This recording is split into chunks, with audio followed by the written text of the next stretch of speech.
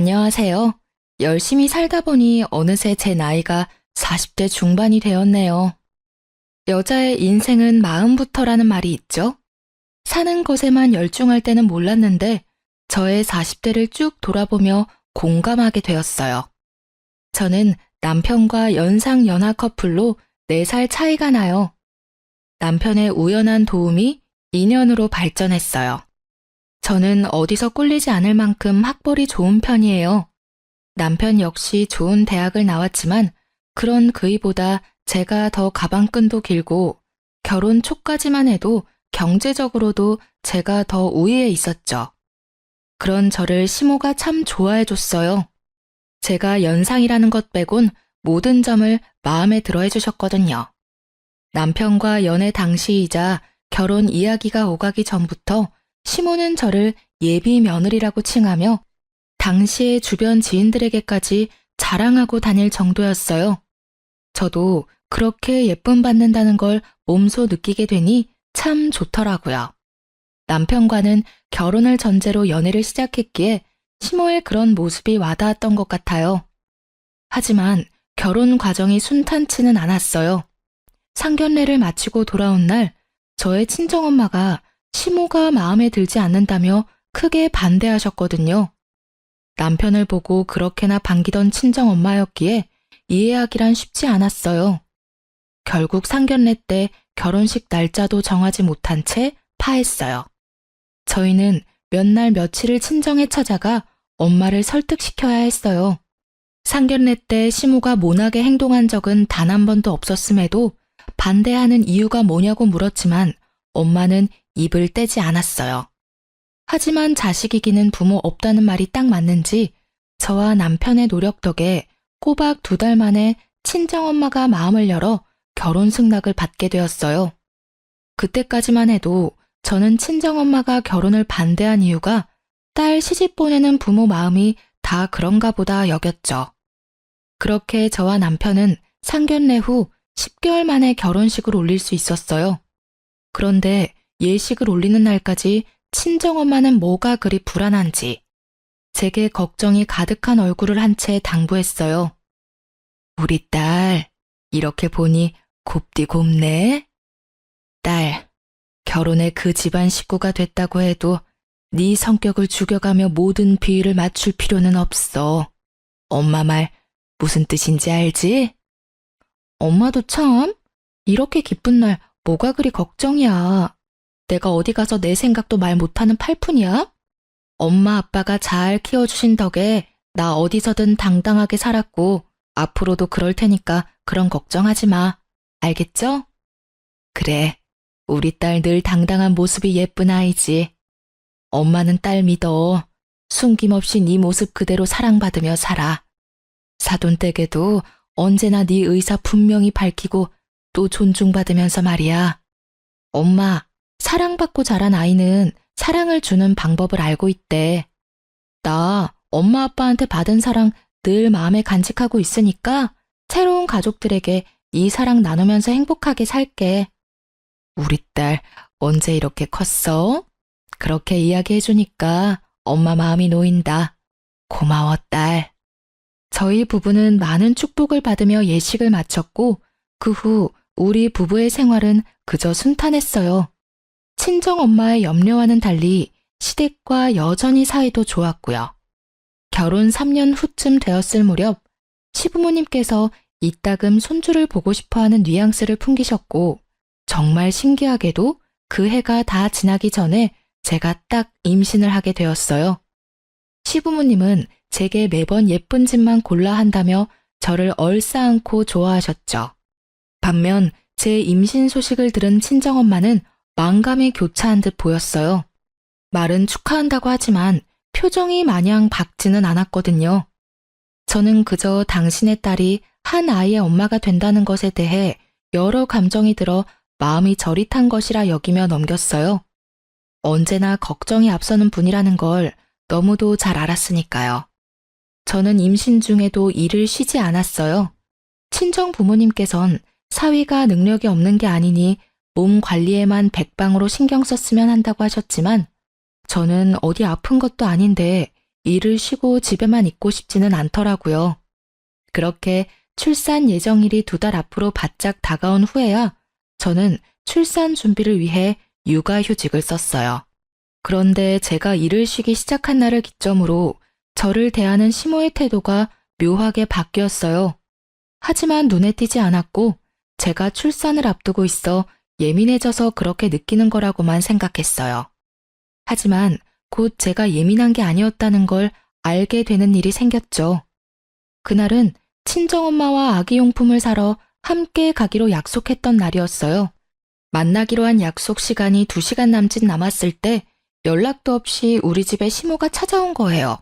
시모가 아기용품을 사러 간다는 걸 남편에게 들었는지 함께 가서 유모차를 사주려고 한다고 하시더라고요.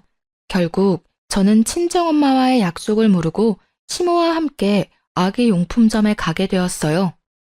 너무 아기자기하고 예뻐서 뭐 하나 쉬 고르기가 어려웠어요. 거기다 이전에는 몰랐는데 예비맘의 입장에서 보니 뭐 하나 필요하지 않은 게 없는 것 같고 내 아이에게 뭐든 해주고 싶고 그런 마음이 마구 샘솟았죠. 깊은 고민 끝에 가격이 조금 더 나가지만 미리 봐뒀던 젖병 6개를 장바구니에 담았어요. 그런데 제 옆에 있던 시모가 혼잣말을 하는 거예요. 이제 한동안 회사에서 돈도 삭감해서 준다면서 비싼 것도 고르네. 젖병이 뭐 그리 큰 차이라고 어차피 모유 수유할 텐데. 네? 어머님, 지금 뭐라고 말씀하셨어요? 응? 아니다, 아니야. 요즘은 아기들 용품도 참 종류가 많구나. 같은 젖병인데도 브랜드가 이렇게 다양하다니 말이야. 다 비슷해 보이는데 금액도 천차만별이고 요즘은 아기들 용품으로도 상수를 부리니 원. 나는 시모의 혼잣말을 못 들은 척하며 되물었고 시모는 둘러대면서도 상술이니 뭐니 하며 탐탁치 않아 했어요. 저는 이미 들은 걸 못 들었다고 하기엔 너무 기분이 상해 장바구니에 넣었던 젖병을 뺐어요. 그냥 나중에 저 혼자 다시 와서 편히 사야겠다 싶어서요. 하지만 시모는 제가 젖병을 빼는 모습을 보고 말을 얹더군요. 왜 고심해서 골라놓고 내려놓니? 한참을 젖병 앞에 서 있었으면서 말이야. 내 눈치 볼 것도 없다. 네 눈치 주려고 따라온 게 아니니. 어머님 말씀대로 종류가 너무 많아서 쉽게 고르기 어렵네요. 조금 더 고민해 보는 게 좋을 것 같아서요. 그러니? 그래, 잘 생각했다. 젖병 원리는 다 같은데 디자인이나 브랜드 차이로 10,000원이 우습게 오르고 내리고 하니 잠깐 고민하고 고르긴 어렵지. 저는 서둘러 유모차만 사서 돌아가려고 유모차 진열대로 향했어요. 거기서는 시모가 사주는 거니 가격대를 먼저 본 뒤 골랐어요. 가격은 중간 정도 하면서 디자인이 마음에 드는 걸로요. 그런데 이번에는 시모가 들으라는 듯 좀 전보다 큰 목소리로 혼잣말을 했어요. 남이 사주는 거라고 비싼 것도 고르네. 몇 년이나 쓴다고 아기용품에 돈을 쳐바르는지, 에휴. 어머님, 혹시 부담되시면 말씀해 주세요. 꼭 유모차 선물은 안 해주셔도 괜찮아요. 응? 얘는 그게 무슨 말이니? 그런데 좀 가격이 비싸긴 하구나. 이런 아기 유모차는 몇 년 쓰지도 못하는데 말이야. 요즘은 중고로도 사람들이 새 것 같은 거 많이 팔기도 하던데 환경 생각해서 그런 것도 참 좋아. 그렇지? 세아가, 너는 이 유모차가 마음에 든다는 거지? 그럼 그걸로 하렴. 어머님, 유모차도 오빠랑 조금 더 고민해보고 구매하는 게 좋을 것 같아요. 오늘은 이만 돌아가요. 그럼 그럴래? 뭐라도 하나 사주려고 했는데 아쉽네. 혹시 고민해보고 정해지면 말해주렴. 그날 저는 기분이 상해 더는 시모와 함께 쇼핑할 수 없겠다는 생각에 대충 둘러보는 척한 뒤 그중 가장 저렴한 가재 수건만 한 묶음 사서 나왔네요. 애초에 연락도 없이 불쑥 우리 집에 찾아왔던 것도 제가 돈 쓰는 걸 감시하려고 했던 것 같다는 생각에까지 이르니 속에서 화가 솟구쳤어요. 이날 남편이 퇴근하고 와 있었던 일을 다 털어놓고 다시는 시모에게 우리 일에 관한 건 일절 이야기하지 말라고 당부했어요. 알겠다면서도 시모를 두둔하는 남편을 보고 있자니 열불이 뻗쳤지만 처음 있었던 일이니 더는 거론하지 않고 넘겼네요.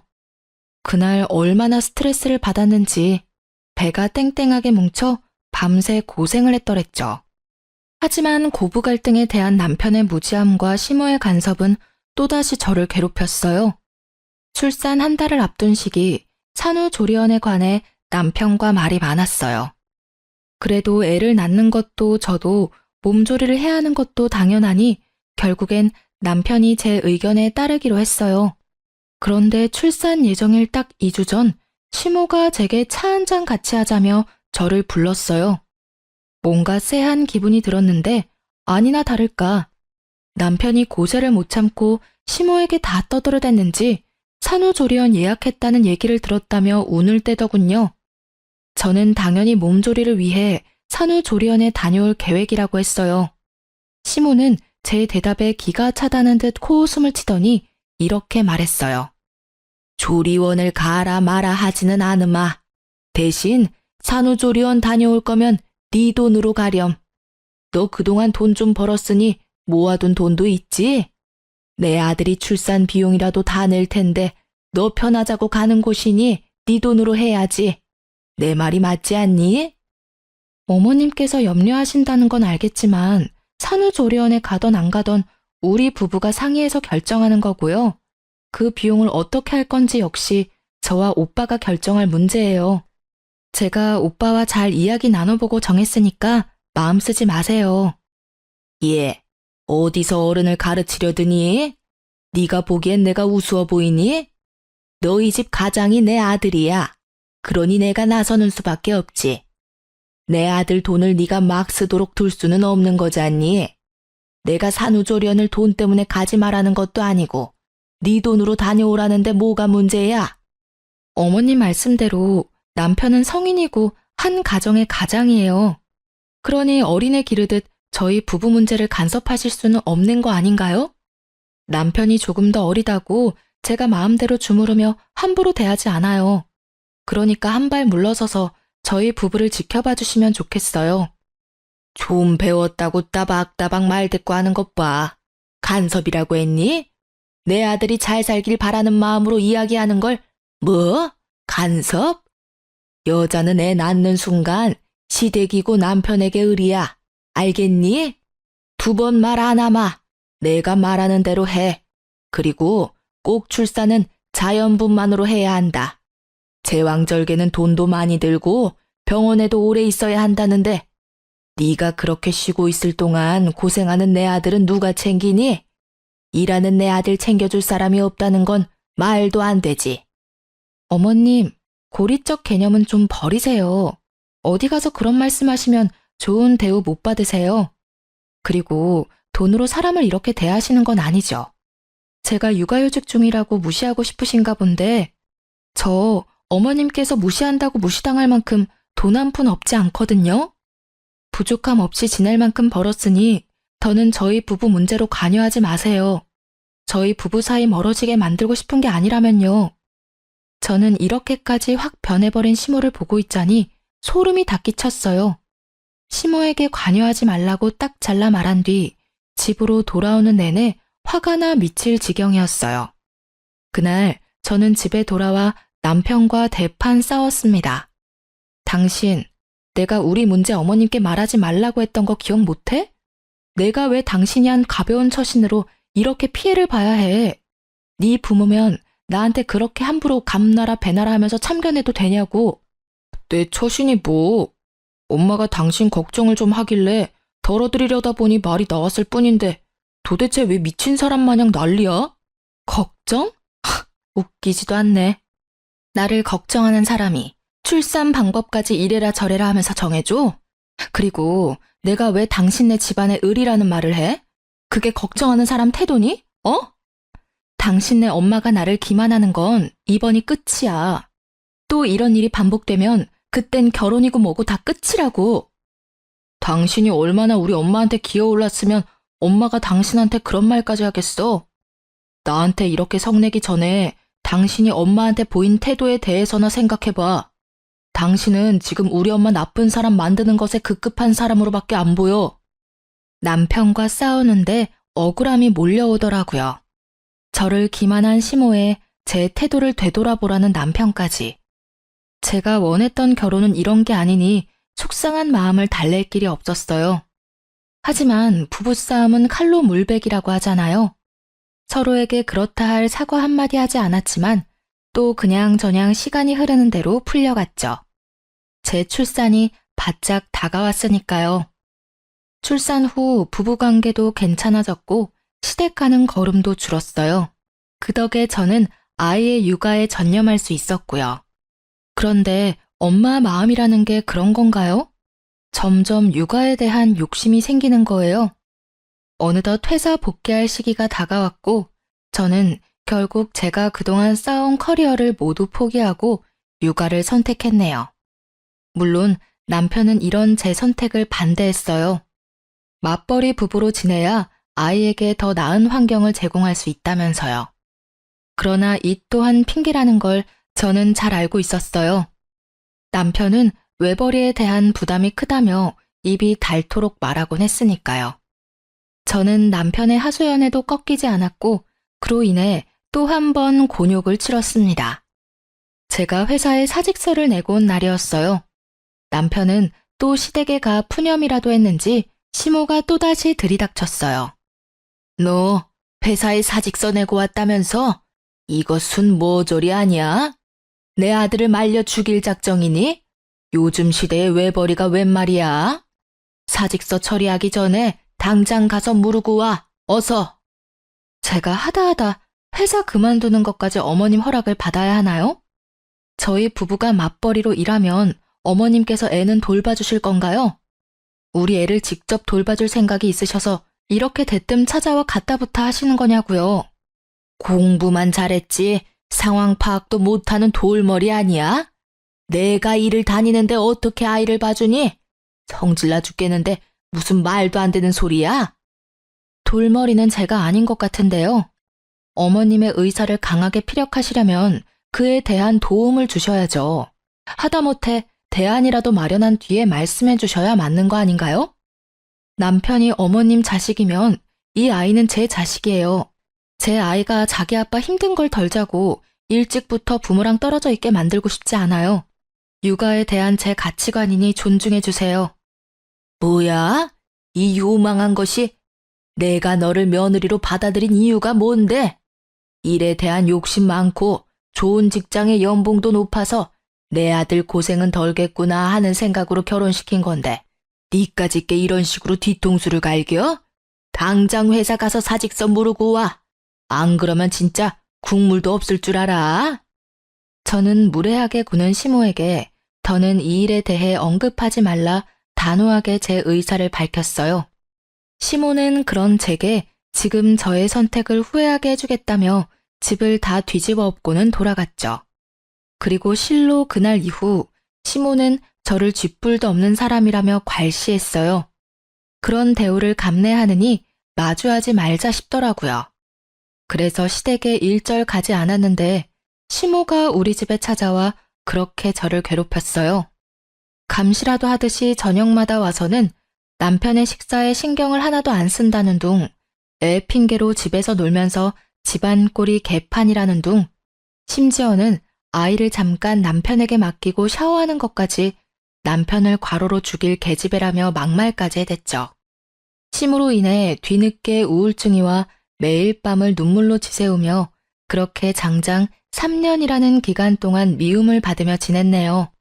그러다 문득 거울에 비친 피폐한 저의 모습이 눈에 들어왔고 그 순간 뇌리에 스치는 생각은 무엇이 됐든 더는 참지 말자였어요. 2달 뒤 저는 동네 변두리에 크지 않게 옷가게를 차렸어요. 사업이긴 해도 동네에서 오프라인으로 운영하는 거였고 마침 아이가 5살이 되어 유치원에 가기 시작해서 충분히 육아와 병행하며 일할 수 있을 것 같았거든요. 하지만 제가 경제활동을 시작했어도 시모는 여전히 저를 못살게 굴었어요. 제가 옷가게를 차렸다는 걸 알고는 가게까지 찾아와 제게 삿대질까지 해대며 언성을 높였어요. 정말 간도 크네. 어떻게 사업할 생각을 하니? 이거 다 네가 빼놓은 비상금으로 차린 거라며? 어떻게 이 정도로 영악하고 못돼 먹었는지. 이렇게 사고 칠 돈 있었으면 내 아들 내조나 잘할 것이지. 회사에 들어가랄 땐 죽어도 싫다고 버티더니 버튼 곳에 돈까지 버리고 이게 다 뭐 하는 짓이야? 저도 더는 지겨워서 어머님과 이 말 저 말 하고 싶지 않네요. 제가 남편에게 사업하겠다고 자금을 주라고 했나요? 아니면 이 사업한다고 우리가 빚쟁이라도 됐나요? 도대체 왜 제가 하는 일마다 사사건건 참견질을 해대시는 거예요? 제가 뭘 하든 제 선택이고 제 인생이라고요. 내가 참견까지 하게 만드는 건 다 네 행실 때문이잖니. 어느 정도 미련스럽게 처신을 해야 내가 잠자코 있지. 이건 뭐 내 아들 고생시키겠다고 말하는 것과 뭐가 달라? 그리고 잘난 며느리 들어왔다고 그렇게 자랑을 해대는데 이따위 구질구질한 가게를 차렸으니 내가 어떻게 얼굴을 들고 다니냔 말이야. 어머님, 정말 해도 해도 너무하시네요. 막말로 제가 친구분께 저를 자랑해달라고 했나요? 그리고 사람을 그렇게 돈과 직위로만 평가하고 어머님의 기준에 미치지 못하면 이런 식으로 행동해도 되는 건가요? 제발 적당히 좀 하세요. 전 그렇게 자랑하고 다니고 싶으셨으면 남의 자식인 저더러 어머님의 기준에 맞추라 하지 말고 남편이랑 신우를 자랑할 가치가 있도록 키우시지 그러셨어요. 이게 지금 뚫린 입이라고 어디 시어미 앞에서 그런 말을 짓거려? 개나 소나 다 하는 옷가게 차리더니 이게 멍청해도 더럽게 멍청해졌네. 시모는 저를 향한 분노를 참지 못하고 제 얼굴을 내리쳤어요. 저는 시모에게 이렇게 하니 속이 시원하냐고, 아무리 가족으로 얽혀 있어도 이제 남보다 못하니 서로 마주하지 말자고 소리쳤어요. 시모는 그런 제게 자기가 바라는 바라며 이혼당할 준비나 하고 있으라는 말을 남긴 뒤 돌아갔죠. 그 뒤로 저도 전처럼 시댁에 발도 들이지 않았고 시모도 더는 찾아와 저를 쪼는 일이 없었어요. 남편이 도대체 자기 엄마에게 어떻게 굴었길래 이혼하라고 성화냐며 화를 냈지만 저는 그런 남편에게 진짜 이혼하고 싶은 게 아니라면 지금부터라도 행동 조심하라고 엄포를 놓았네요. 남편은 이혼은 무서웠는지 더는 시모의 우악스러움은 볼 일이 없었어요. 하지만 시댁 식구 모두에게까진 해당되지 않아서인지 보다 못한 신우가 저를 찾아왔어요. 그런데 참 다행히도 신우는 제게 자기 엄마를 이해해달라며 대신 자기가 제 일을 시간 내 자주 도와주러 오겠다는 거예요. 저는 탐탁치 않아 거절했어요. 하지만 신우는 매일 찾아와 저를 도왔어요. 하지 않아도 괜찮다고 말리던 저더러 곧 아이가 하원하고 올 시간이니 조금이라도 쉬라며 남편보다도 더 저를 이해하듯 말해주었죠. 그 덕에 저는 조금씩 신우에게 마음이 열렸고 이렇게까지 신경 써주는 게 너무 고맙더라고요. 그래서 인기 있는 디자인의 옷을 몇 개 빼놨다가 신우에게 선물했어요. 금방 지쳐 할 줄 알았던 신우는 그 후로도 자주 가게에 와 아이와 놀아주기도 하고 저를 돕기도 하며 지냈어요. 그러던 어느 날 제 딸이 몸이 아파 병원에 입원하게 됐어요. 아이들의 경우 보통은 고질적인 질환이 아닌 이상 사나흘 정도면 퇴원하는데 이상하게 아이의 컨디션 회복이 더뎌 결국 열흘 동안이나 입원해 있었죠. 그러니 당연히 제 옷가게는 그 기간 동안 문을 열 수 없었고요. 그런데 아이가 입원해 있다는 소식을 들은 신우가 제게 연락이 왔어요. 옳게 소식 들었어. 가게도 못 열고 무슨 일이래 참? 지금은 괜찮고? 아, 아기가 아직 열이 안 떨어져서요. 어쩔 수 없죠. 그동안 가게도 못 열고 어떡하냐는 말이지 내 말은. 혹시 애 때문에 가게가 마음에 걸리면 내가 대신 가게 봐줄까? 괜찮아요. 신경 안 써주셔도 돼요. 제가 알아서 할게요. 에이, 가족 좋다는 게 뭐야. 이럴 때 신우이 써먹는 거지. 안 그래? 나중에 조카 다 낳고 거하게 한 통 쏘기만 하면 돼. 올케가 힘들어하는 게 눈에 보이니까 내가 다 마음이 아파서 그래. 도와주겠다는 선의의 마음을 올케가 굳이 거절 안 해도 되는 거야. 신우는 끈질기게도 자기가 봐주겠다더라고요. 결국 계속 거절할 수 없어 며칠만 부탁한다며 맡기게 되었어요. 신우 덕에 제 걱정도 덜어 한결 마음은 편하더라고요. 그렇게 나흘쯤 지났을 때 아이가 많이 호전되어 퇴원을 하게 되었어요.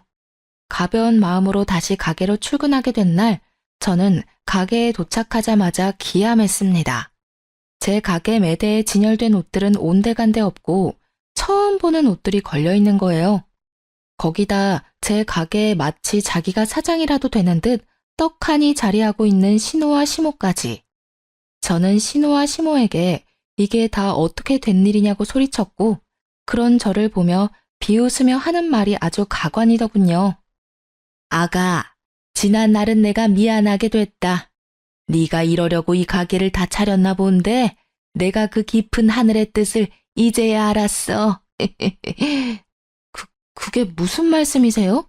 지금 제 가게에 무슨 짓을 하신 거냐고요. 제가 판매하던 옷들은 다 어디 가고 이런 거적대기 같은 옷을 걸어둔 거예요. 어머? 내 취향인데 거적대기는 말이 좀 심하다. 참 드세다고만 생각했는데 순진한 모습이 다 있었네. 내가 가게 챙기겠다는 말을 너무 고지곳대로 들었나 봐. 내가 이 나이 먹도록 놀고 있는 건 불효잖아. 그래서 올케 도우면서 일을 좀 배워뒀던 건데 눈치 못 채더라. 올케는 학벌 좋으니까 나보다 취직하기 쉬울 거잖아. 그래서 내가 앞으로는 가게 운영하려고. 당장 내 가게 원상 복구해놔. 내가 아무리 당신네들한테는 외지인이라도 이러는 건 아니지. 애 키우면서 잘 살아보려고 노력하는 사람을 속이고 등쳐먹이려는 게 인간이야? 당신네들이 인간이냐고. 올케, 말 조심해. 우리가 무슨 사기꾼들이야? 왜 그런 식으로 말을 해? 올케는 정말 위아래도 없구나. 그러니까 엄마가 그렇게까지 했지. 능력 좋던 올케는 그 능력 앞으로도 펼치면서 살아. 우리 집안 깊혀주려고 네가 들어온 건데 부응해야지 않겠어? 네가 우리 가족이 된 이유가 네 능력인데 말이야. 알고 보니 신우가 갑자기 저를 이해한답시고 가게에 찾아와 저를 열심히 도왔던 건 전부 제 가게를 뺏을 요량이었던 거예요. 남 밑에서 일 못한다며 사업을 버렸다 말아먹은 전적이 꽤 되는 신우는 이미 단골들도 생겼고 어느 정도 매출이 유지되는 제 가게를 노린 거죠. 시모나 신우 둘 다 자금이 없으니 다시 시작할 엄두가 나지 않으니 손 안 대고 코풀 작정으로 제가 가게에 없는 틈을 타 일을 벌인 거였어요. 그 속내를 알게 되니 들끓는 화를 도저히 참을 수가 없었어요. 저는 시모와 신우를 제 가게에서 끌어내고 곧장 문을 걸어 잠궜습니다. 밖에서 문을 열라며 두드리고 소리치고 난동도 모자라 가게 문을 박살내겠다며 큰 돌까지 주워와서는 행패를 부렸어요.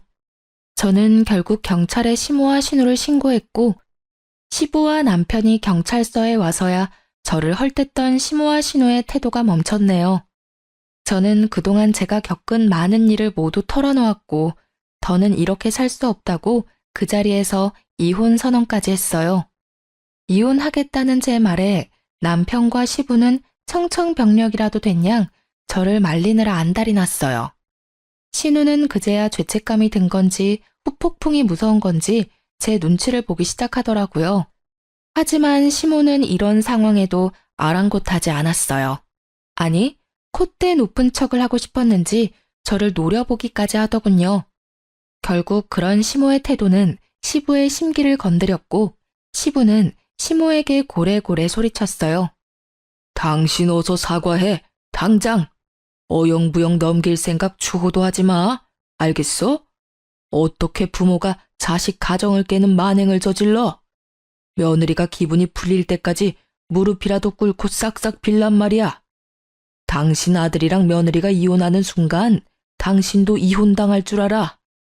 내가 뭘 어쨌다고 저 되바라진 것한테 사과를 해? 지 좋은 능력 펼치고 우리 딸한테 가게 일은 넘기라는 게 뭐가 잘못이야? 사과는 내가 하는 게 아니라 받아 마땅하지. 네, 어머님 저한테 사과하실 필요 없어요. 아버님, 저 마음에도 없는 사과는 받고 싶지 않고요. 이제와 사과한들 뭐가 달라지나요? 저요, 이제 지긋지긋해서 싫어요. 저 합의할 생각도 없으니 제게 사과든 애원이든 아무것도 할 생각 마세요. 저는 합의는 없다는 말을 마지막으로 남긴 뒤 경찰서를 나왔어요. 그런데 자기 가족 일이라고 제 가게까지 따라온 남편이 제 속을 또 긁어댔죠. 당신 정말 나랑 이혼이라도 할 생각이야? 아니, 우리 엄마랑 누나 지금 유치장에 있어. 정말 합의 안 할 생각은 아니지? 가족끼리 다툴 수도 있는 거지. 왜 이렇게까지 못되게 굴어? 어차피 앞으로도 얼굴 보고 지내야 하는데 괜히 더 사이 틀어지지 말고 잘 풀어야 할 거 아니야. 똑같은 말 몇 번씩 하게 만들지 마. 너한테나 가족이지 이제 나한테는 아니거든? 아니, 이전부터 니네 엄마는 날 가족으로 여긴 적이 없어. 네 엄마 기세어주는 도구 정도에 지나지 않았다고 난. 그러니까 나도 이제 와서 더는 가족 운운하면서 이해할 생각 없어. 누난 어떻게 사람이 그렇게 인색하다 못돼 못해 처먹었냐? 아, 몰라. 내 사전에 이혼은 없어. 절대 이혼은 안 해줄 거니까 그런 줄 알아? 애를 생각하는 엄마면 그렇게 무책임하게 말하면 안 되지. 그러고도 누나가 엄마라고 말할 수 있냐? 어? 공부 잘하는 거랑 인성이랑은 별개라더니 딱 누나를 두고 하는 말이네. 야, 무책임? 너 지금 무책임이라고 했어? 너도 알았잖아. 네 엄마가 나 자기 멋대로 주무르려고 했다는 거. 엄마라면 이혼을 입에 담으면 안 돼? 무책임한 건 내가 아니라 너야, 너. 인성 먹 같은 건 내가 아니라 너랑 네 엄마라고 이 무례배 집안인가나. 그러니까 불난 집에 부채질 그만하고 네 가족이 싼 똥이나 네가 치워. 내 매장 옷 다시 찾아오지 않으면 바로 이혼 소장 접수할 테니까 오늘 안에 무조건 찾아서 가게에 가져다 놔. 알겠냐? 남편은 자꾸 이혼을 들먹이면서 자기를 화나게 한다며 매대에 걸려있던 옷을 창고 쪽으로 집어 던졌어요. 그런데 저도 그땐 제정신은 아니었거든요. 남편에게 미친 것 위에 더 미친 것이 있다는 걸 보여주기 위해 저는 남편을 향해 옷가지들을 집어던지며 정신 나간 사람처럼 굴었죠. 그런데 하필이면 이런 모습들을 친정엄마가 다 보고 말았어요. 친정엄마를 보자마자 왜 그리 어린애처럼 눈물이 쏟아지던지. 한참을 울고 난 후에야 친정엄마에게 자초지종을 설명했어요. 그러니 엄마는 시모가 겉과 속이 다를 거라는 건 알았지만 이 정도로 못되게 굴 줄은 몰랐다며 불같이 화를 냈어요. 당장이라도 시모를 가만두지 않겠다며 열을 내는 걸 제가 직접 해결하겠다고 설득해 간신히 진정시킬 수 있었어요. 그러자 친정엄마의 차가운 시선은 남편을 향했고 남편은 도망이라도 치듯 가게를 나갔어요. 한참을 친정엄마의 도움으로 가게를 정리하고 있는데 남편이 제가 가게에서 판매하던 옷을 찾아왔더라고요. 그런데 그 옷들이 다 시댁 창고에서 발견했다는 말을 듣고 단전에서부터 또 화가 마구 치밀었어요. 하지만 그 순간 뭔가 쎄한 기분에 사로잡혔어요. 이런 일을 겪으니 촉이 곤두섰던 거죠. 저는 카운터로 곧장 향해 현금 보관함을 열어보았어요. 아니나 다를까 그 많던 돈이 한 푼도 없이 텅텅 비어있는 거예요.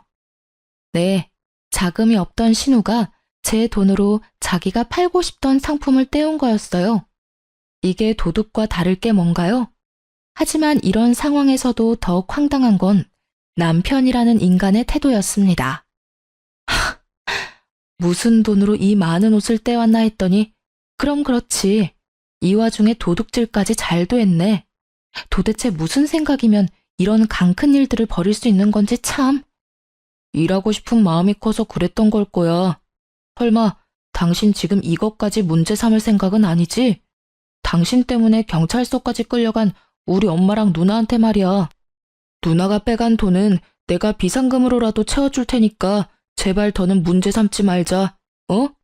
어차피 내가 주면 그만인 돈이잖아. 이 와중에 너는 끝까지 왜 이 돈을 네가 갚아? 막말로 지금 내 가게에 도둑이 든 거나 다름없잖아. 그러니까 네가 감싸고 챙길 사람은 네 엄마랑 누나가 아니라 나여야지.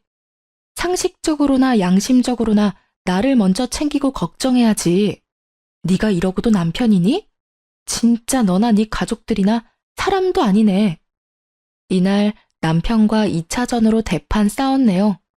나중에는 친정엄마가 있다는 것도 있고 남편이 애초에 일을 이렇게까지 만든 건 저라면서 막무가내로 막말까지 퍼붓더라고요.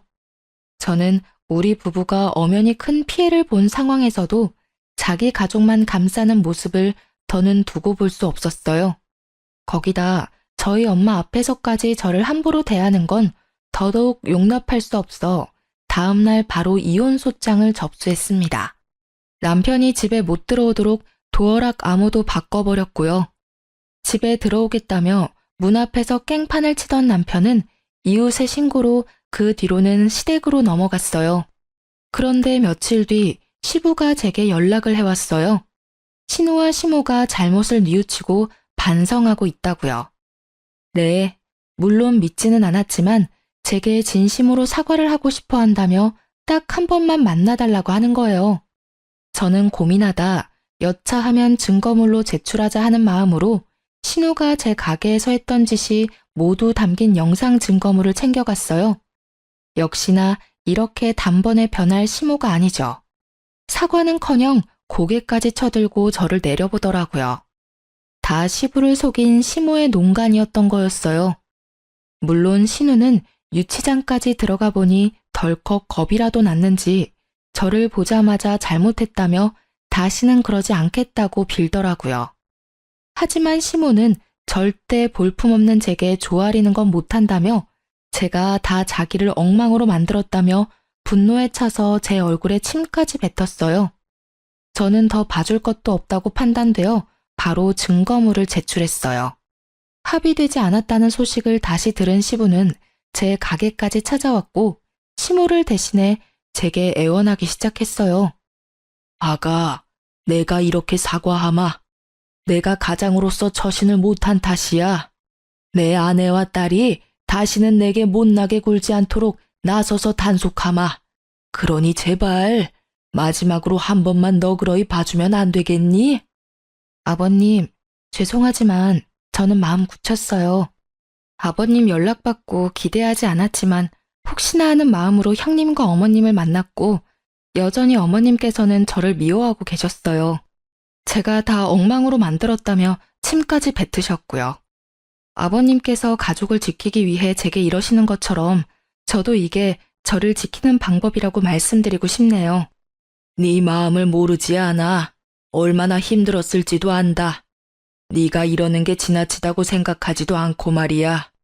하지만 나도 달리 어찌할 방법이 없더구나.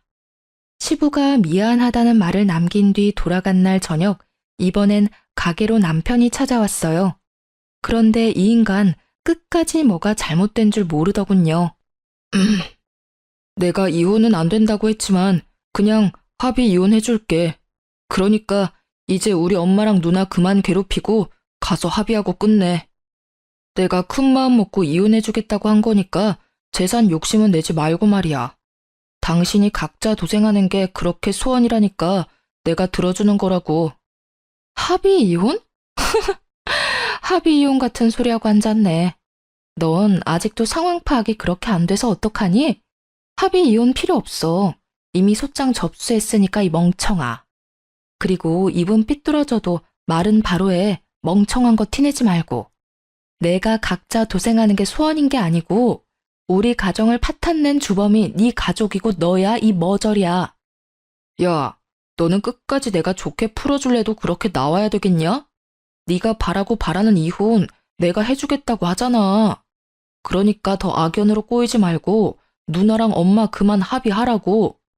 그리고 너야말로 바르게 말해야지. 지금 우리가 파탄난 이유는 다 너야. 너 때문이라고. 남편은 버럭해서 소리를 지르고는 저를 벌레 보듯 하고는 돌아갔어요. 참 침만 안 뱉었다 뿐이지 눈빛은 시모와 꼭 닮았더라고요.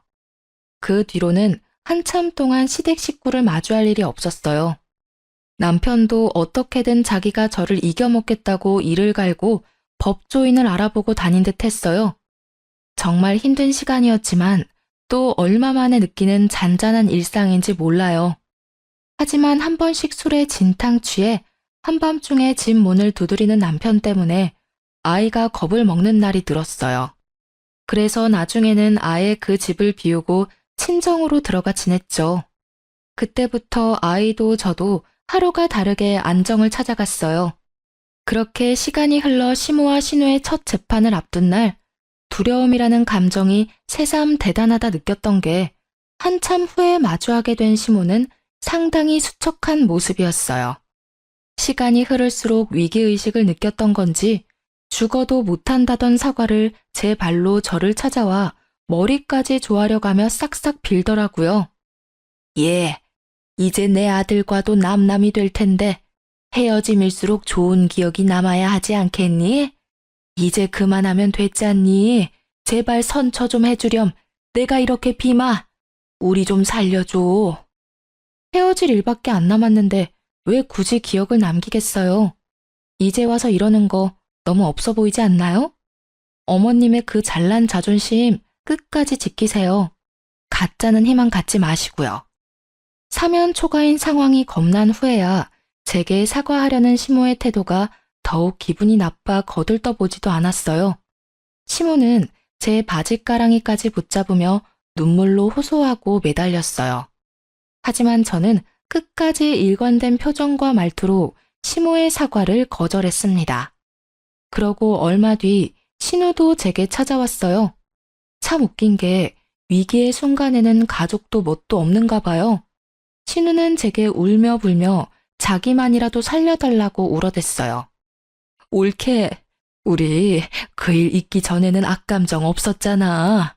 내가 일도 도우면서 우리 잘 지냈잖아. 나한테 고맙다면서. 제발 나라도 살려줘. 응? 나 정말 무서워서 잠도 안 온단 말이야. 그 가게 내 가게로 꾸리라는 것도 사실 엄마가 다 시킨 일이야. 내 잘못이 아니라고. 나 정말 억울해. 억울하고 무서워 미치겠어. 형님, 아니, 다 끝난 마당에 동갑이니까 친구로서 말 좀 할게. 너는 그동안 편하게만 살아봤지? 그러니까 이참에 인생 공부한다 여겨. 억울하다고? 네 엄마가 시켰다면 시킨 대로 한 게 잘못이지. 그 나이 먹도록 옳고 그른 판단도 못해? 정당한 죗값 잘 받고 앞으로는 생각이라는 걸 하면서 살아. 네 양심이 올바른지도 좀 되돌아보고 말이야. 그 뒤로도 신우와 시모가 하루에 몇 번씩이나 찾아와 머리 숙여 사과를 했어요. 그게 반복되다 보니 사과 받아주고 선처해주지 않으면 콱 그 자리에서 졸도해버릴 거라며 협박까지 하더라고요. 결국 시부가 시모와 신우를 데리고 돌아간 후에야 저를 찾아오는 걸음을 멈췄어요. 끝까지 선처는 없었고 시모와 신우는 자기들이 저지른 일에 대한 합당한 처벌을 받게 되었어요. 하지만 남편은 자기 가족을 무너뜨린 제게 돈 한 푼 나눠줄 수 없다며 재산 분할에 관한 소송까지 걸며 이혼 소송을 질질 끌었죠. 하지만 남편은 자기가 원하는 바를 이루지 못했어요. 이루어질 수 없는 고집에 불과한 것이었으니까요. 경제적으로 보나 양육으로 보나 제가 뭐 하나 허투루 하지 않았다는 걸 법정에서 제대로 인정받았거든요. 결국 저는 이혼 소송도 승소했고 재산 분할 소송에서도 쾌거를 이루었답니다. 저를 향한 시모의 원망이 나중에는 시부에게 향했다고 해요. 결국 시부도 시모를 향한 충격으로 이혼을 결심했다더라고요. 전 남편은 이전 시부모님의 이혼 소식을 들고 와서는 자기 집안까지 파탄나게 생겼다며 제발 도와달라, 시부의 선택을 말려달라 부탁했어요. 하지만 이미 남남이고 그건 제 권한이 없는 거니 당연히 거절했죠. 그러자 전 남편은 끝까지 못나게 굴어댔어요. 복수심에 저와 제 가게에 대한 나쁜 소문을 퍼뜨려 구설수에 오르게 했거든요. 그러나 그것도 오래 가지는 못했어요.